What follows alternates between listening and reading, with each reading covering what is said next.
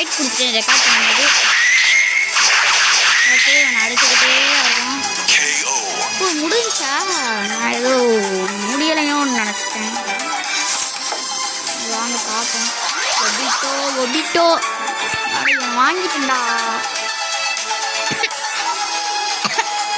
நல்ல வேலை guys, Obito இல்லை ஒபிட்டோ நிறையா வாங்கிட்டேன். 19,000 கொடுத்துருக்காங்க, நல்லது. ஓகே இதை வாங்க முடியாது, உண்மையான காசு கேட்குறாங்க. வாங்க போவோம். நெக்ஸ்ட் லெவல் போவோம். ஃபுல் 20,600